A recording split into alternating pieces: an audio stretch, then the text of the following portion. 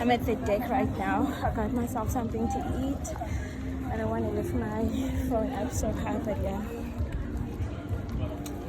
That's nice.